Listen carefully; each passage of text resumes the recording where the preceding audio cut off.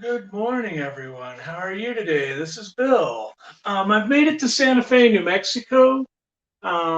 Interstate 40 would have taken me to Albuquerque, but I like Albuquerque when I have friends there. But as far as somewhere just to stay the night and check out, I think Santa Fe is a was a good choice. There's a lot of decent room rates right now, and so I thought, hey, let's shoot up to Santa Fe and then drive through you know, the Navajo Nation on the way back, maybe Hopi Land on my way back to Flagstaff. So let's take a moment to discuss that. The desert is one of the least productive ecosystems in the world. Now, don't get me wrong; it's beautiful and I love it, and it's biodiverse and it's amazing, but it's just not abundant in the way that say Atlanta is. There are 5 deer that live behind my house in Atlanta, and I live on a freeway in the middle of the city. It takes a lot of desert to support 5 deer. A small forest can support a lot of deer. And that includes they get ran over by cars pretty continually, but there could be a pretty large population in that forest behind our home in Atlanta. Whereas the desert, it really takes a lot. There's just not as much food. Now, now in this context, let's start just reel out with me with an open mind.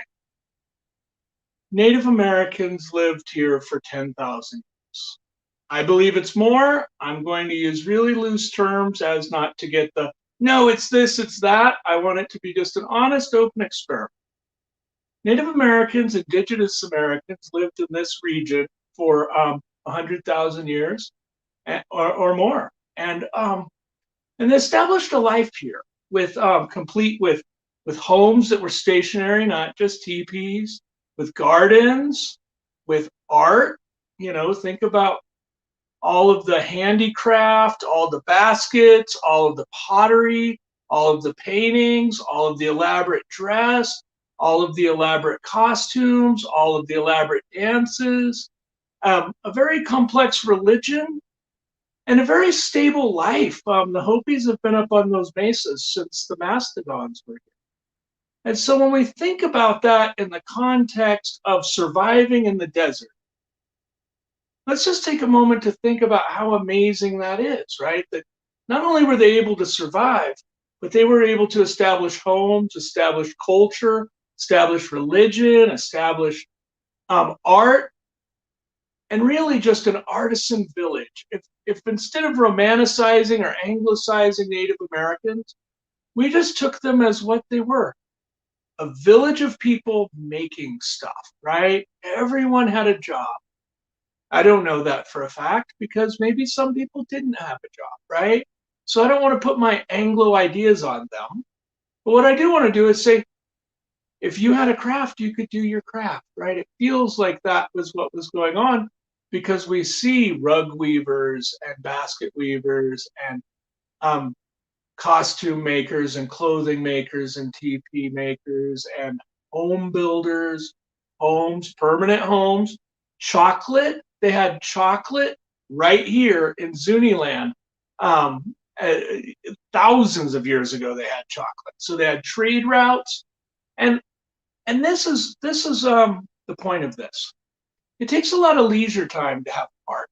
It takes a lot of leisure time to have handmade goods. It takes a lot of leisure time. It takes a lot of surplus, right? It's like we got all of our work done and now we get to enjoy life. Now we get to relax. We get to hunt. We get to fish. Now let's look at modern American life in the 21st century.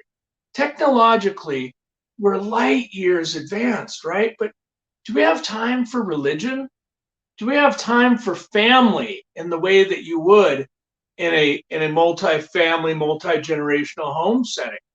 Do we have time for recreational games? Do we have time for recreational all the songs of a culture, all of the important things within a culture?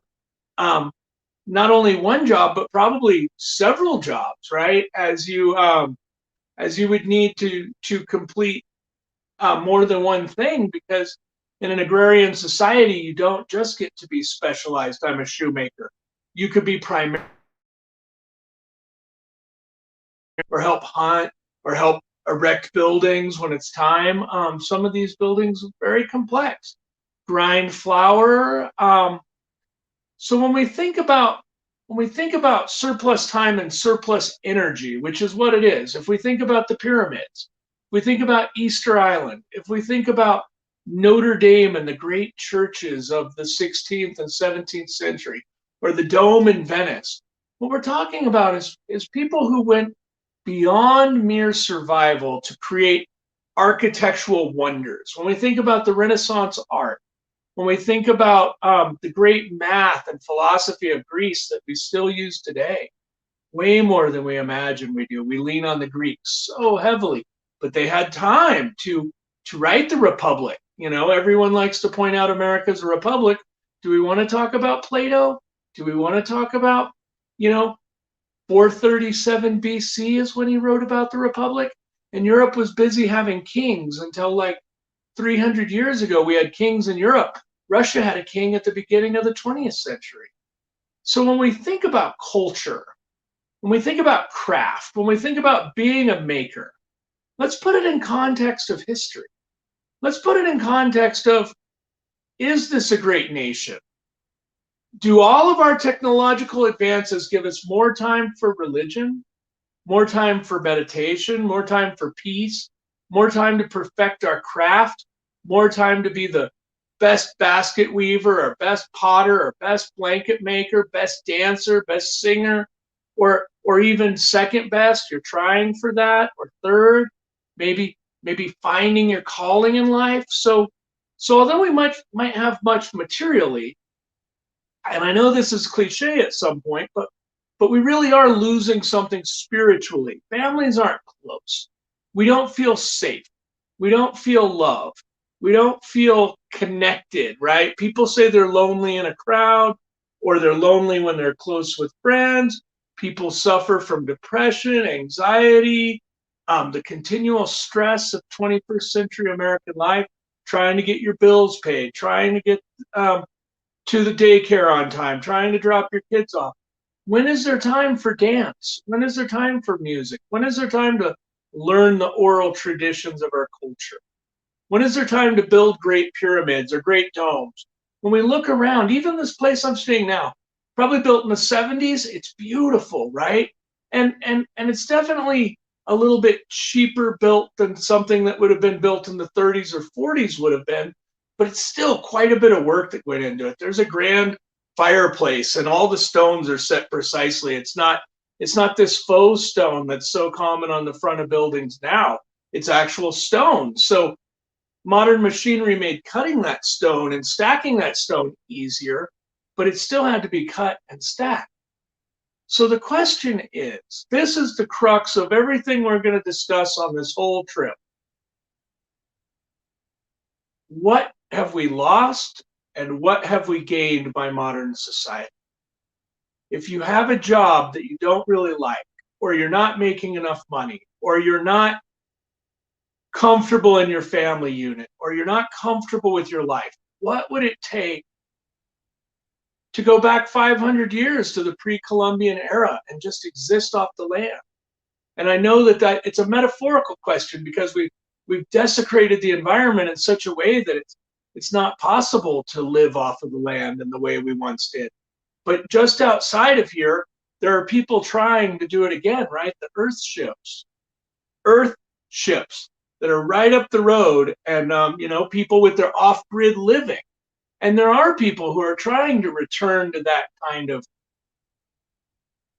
connection to nature. What are the obstacles to that?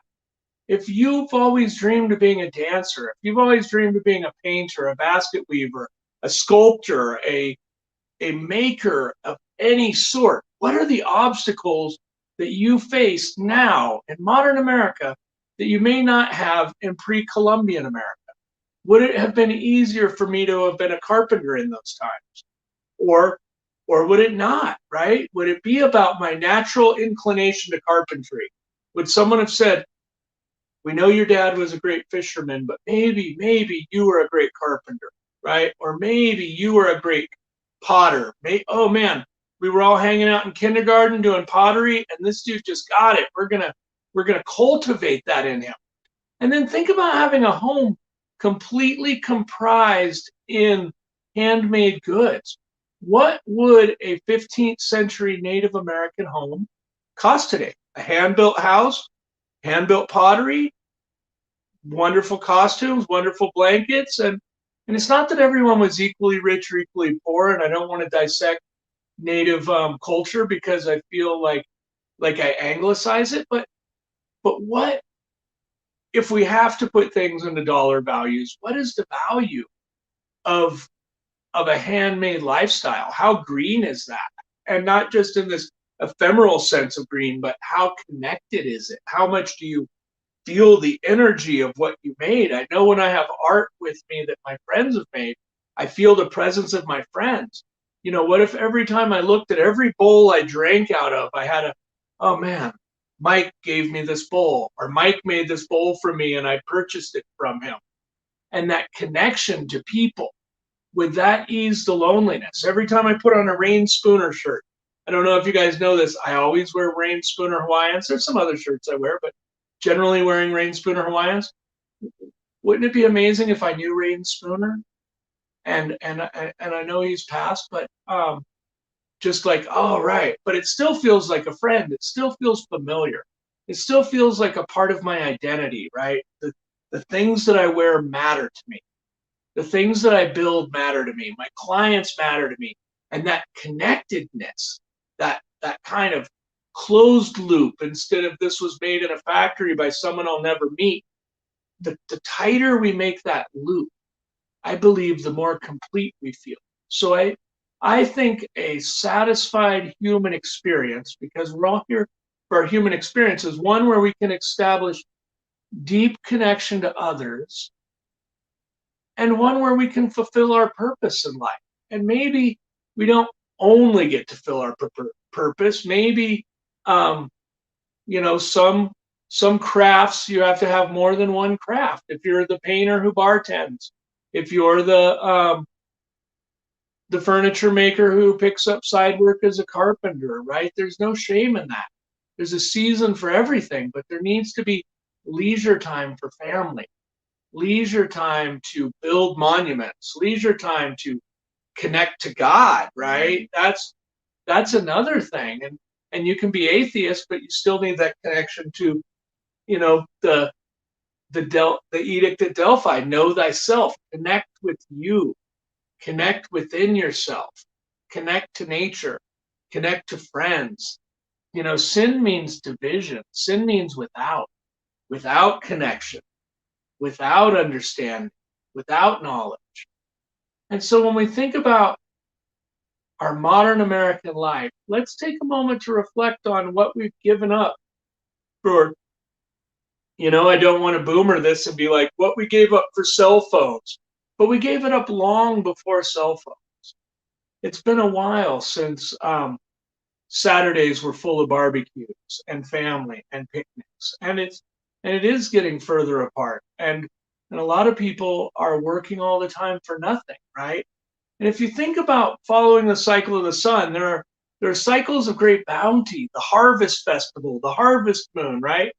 And then there's cold winter of scarcity, and you're saving and you're holding, right? And what it feels like is, in the American drone of day-to-day life, we never get to the harvest. We just go through winter all the time with the struggle of winter, right? When is our harvest? When does the harvest moon come? When do we get the bounty? When do we get the jubilee? When do we have the large celebration? And when do we connect with ourselves, with those around us, with our craft? And how do we do that? Anyway, I know I went a little bit long, but starting tomorrow, I believe, knock on wood, this is what I consider my homeland. I'm in New Mexico. It is the desert. I am from Arizona, but I consider this my home. And I have always considered it my home. Once I feel that sunset, once I see the choyas, once I see the prickly pears and the agaves and the geography and the rocks are barren, it makes me feel alive. It makes me feel like I'm home. Like my soul belongs to this earth, and especially this part of it. I have many layers, like the canyons around here, and they're all kind of exposed. There's no trees to hide my layers, right? There's no trees to hide who I am. It just is. It is who we are. It is who I am. And it's not much. It's not as exciting as some of the eastern forests or the California redwoods, but to me, it's real. It's alive, and it's beautiful. Anyway, thank you for your time. What we're going to do is we're going to be going to Clarkdale on Monday to start building a restaurant. We're gonna do that work through the philosophy of what does it take to be a man? What does it take to connect with people? And how are we living our lives in this modern American century? Is it an improvement, or is it harder? I guess it's a trade-off. Anyway, thank you for your time. I love you. Have a wonderful day.